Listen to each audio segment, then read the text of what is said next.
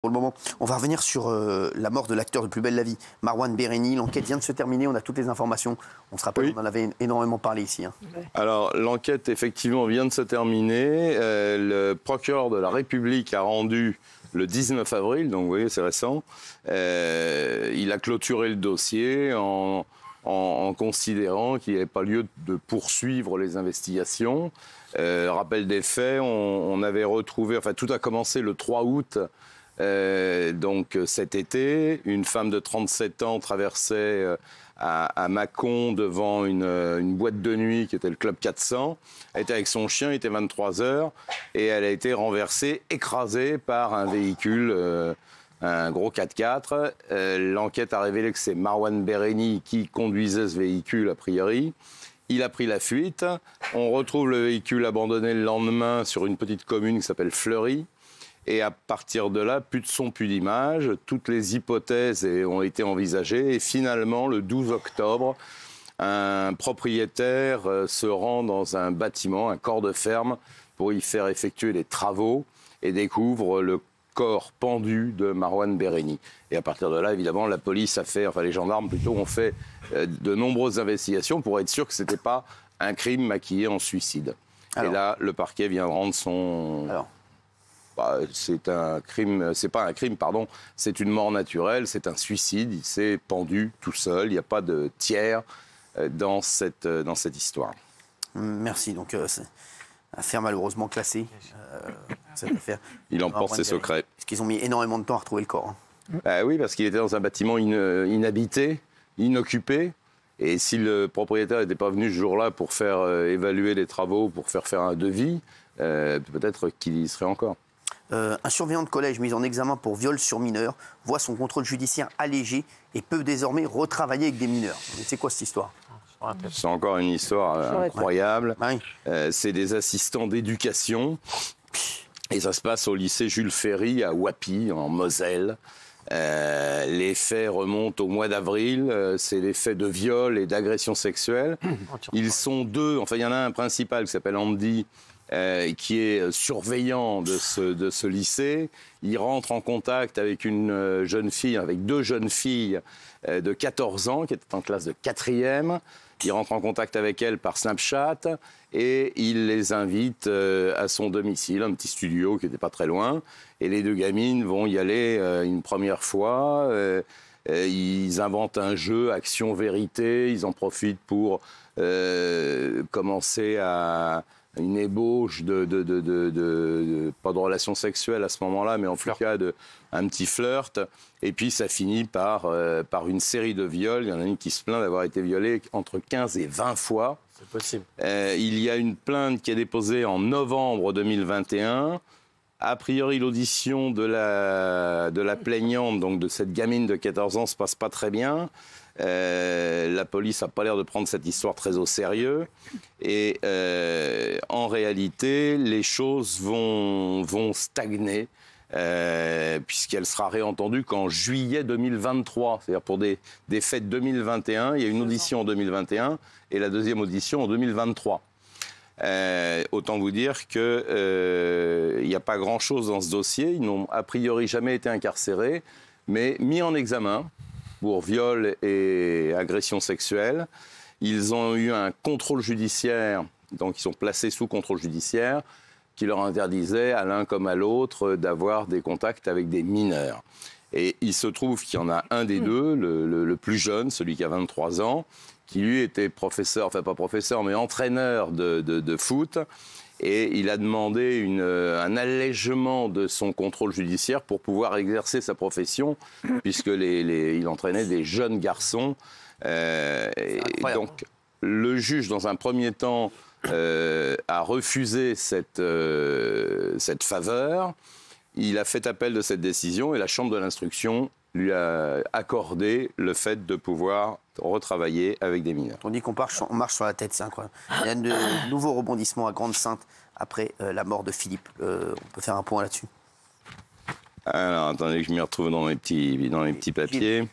Alors, à Grande-Synthe, à Grande-Synthe, vendredi soir. Oui. Il y a un jeune homme, un adolescent de 15 ans, qui est embarqué dans une voiture. Il se trouve que c'est le cousin d'un des deux mis en examen dans les deux affaires. Vous savez qu'il y a deux affaires distinctes. Il y a celle qui concerne Philippe Kopman, qui a été tué à coups de pied, à coups de poing dans la nuit du 15 au 16 avril. Et puis, 3 jours avant ou 2 jours avant, un autre homme dont on n'a pas l'identité, qui avait été sérieusement tabassé. La police a interpellé 2 adolescents, un de 14, un de 15 ans. Ils ont été mis en examen pour assassinat, ils ont été écroués. Et donc, vendredi soir, c'est le cousin d'un des deux qui a été enlevé, emmené dans un coin perdu, où il a été tabassé, ils lui ont cassé la mâchoire, cassé le fémur ou un os, en tout cas, je ne sais plus lequel. Ils l'ont dénudé et ils l'ont laissé comme ça, abandonné en pleine nature. Il a réussi à rentrer chez lui avec d'infinies difficultés, vous l'imaginez bien. Et alors, il y a un coup de théâtre. 2 minutes, parce que j'aimerais juste, oui, avant le coup de théâtre. Gilles, est-ce que tu as d'autres infos avant qu'on ait le coup de théâtre? Alors déjà, peut-être sur le profil, oui, c'est pour ça. Le profil des 2 ados de 14-15 ans qui ont été mis en examen et incarcérés est assez intéressant et instructif, je trouve, parce que 14 ans, il est déjà connu pour des faits de violence, et celui de 15 ans pour des vols en réunion, avec des familles difficiles, etc. Mais ils étaient en rupture scolaire. Ils faisaient parfois des publications sur les réseaux sociaux qui glorifiaient le fait de gagner de l'argent très vite, notamment en vendant de la drogue, qui insultaient des gens, etc. Donc 14 et 15 ans, ils ont déjà un profil qui a d'ailleurs été jugé par les enquêteurs qui les ont auditionnés comme extrêmement inquiétant. Alors le coup de théâtre, c'est quoi? Alors le coup de théâtre, c'est que cette troisième victime, quelque part, en tout cas qu'on considérait comme une troisième victime dans cette affaire, en réalité, après avoir été soigné des blessures qui lui ont été infligées par une bande de... Ils étaient 6, cagoulés, ils l'ont vraiment frappé très très fort. Et une fois qu'il a été soigné, il a été interpellé par les services de police, placé en garde à vue parce qu'il s'agirait du 3e homme, puisque vous savez qu'on en a interpellé 2, ceux dont parlait Gilles à l'instant, 14 et 15 ans, archi connus, enfin en tout cas connus pour leur âge par les services de police. Eh bien, le cousin qui a été victime, il passe de victime à accusé et il est actuellement en garde à vue.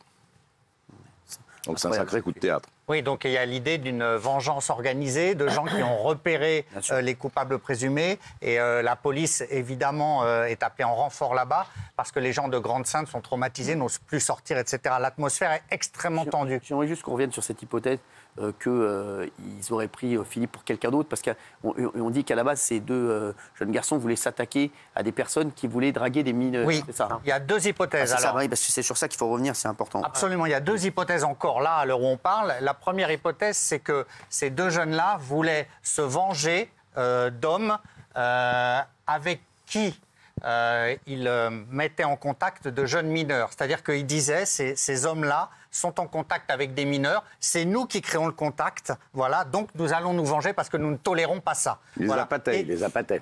Oui. Voilà, ils appâtaient, voilà. Et la deuxième hypothèse, c'est que Philippe aurait été au mauvais endroit, au mauvais moment. Ils attendaient quelqu'un d'autre qu'ils auraient appâté. Et à ce moment-là, arrive Philippe à cet endroit, ils le prennent pour la personne qu'ils attendaient. Voilà. Il y a des éléments, pour le moment, qui vont dans les 2 sens. Alors, les 2 mineurs de 14 et 15 ans, notamment un, certifient qu'ils ont vérifié l'identité sur les réseaux de Philippe, qu'ils sont sûrs que c'était lui qui était entré en contact avec une prétendue jeune femme mineure sur Coco. Voilà. Mais pour le moment, les enquêteurs maintiennent les 2 pistes. Très bien. D'autres choses Non, moi, j'ai pas les mêmes certitudes que Gilles. Mais on en a déjà débattu. Et... Sur quoi sur le fait que Philippe, à mon avis, je pense qu'ils se sont trompés de cible. Oui.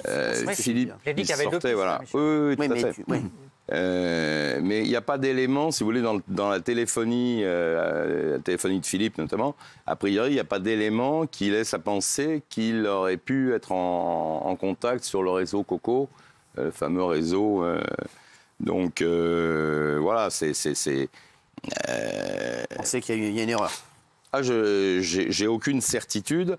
Mais je pense à la famille de Philippe. S'il n'a rien à voir avec cette histoire de s'en prendre à une gamine de 15 ou 16 ans, Tant que ce ne sera pas clairement établi par un communiqué du procureur de la République, moi, je n'irai pas sur ce terrain. Moi aussi, je suis un peu d'accord avec vous là-dessus. Moi, je pense que là, il y a méprise sur cette affaire. C'est ce que je pense aussi. Il était au téléphone. Pour moi, il était au téléphone avec un copain. Rien Il à sortait voir. de chez un de ses copains. Je veux dire, rien à voir. Moi aussi. Un petit jeune qui a 22 ans, il bosse, il a l'air sérieux. Alors, ça veut rien dire, mais... Ouais. Je sais pas, s'il y a un rendez-vous avec une petite gamine et il ne peut pas forcément au téléphone avec son pote, enfin je sais pas, il y a quelque chose qui ne va pas dans cette histoire. Mais, Gilles. Absolument. Je voudrais juste revenir sur un point par rapport aux deux jeunes là. Il y en a un qui dit j'étais là, j'ai frappé mais je voulais pas le tuer, et l'autre qui dit j'étais là mais je n'ai rien fait. En fait, ils sont déjà extrêmement habiles lors des interrogatoires, 14-15 ans, mais ils tentent déjà de déjouer les questions Il y a des une policiers. info aussi que j'ai vu passer.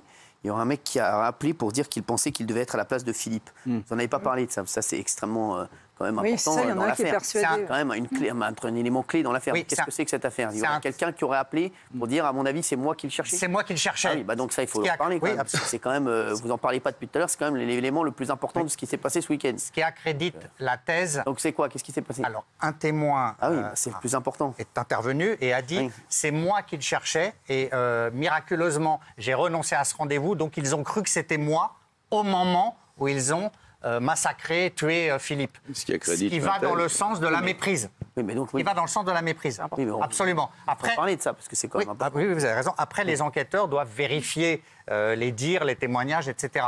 Donc ça Voilà. rejoint ce que vous disiez. Exactement. Ça va dans le sens d'une potentielle méprise. Ah oui. Ça va dans le sens de ce que je dis. Exactement. Oui, oui. Mais vous aviez, c'est ça, parce que c'est important cet élément. Bah oui, non, mais absolument. Mais moi, je pense depuis le début. Enfin, mais ça fait 3 fois qu'on en parle de cette affaire. en parler. Parce qu'elle est pleine de rebondissements. Depuis le début, je pense qu'il y a une méprise. Je pense qu'ils se sont trompés de victimes. C'est des choses qui arrivent.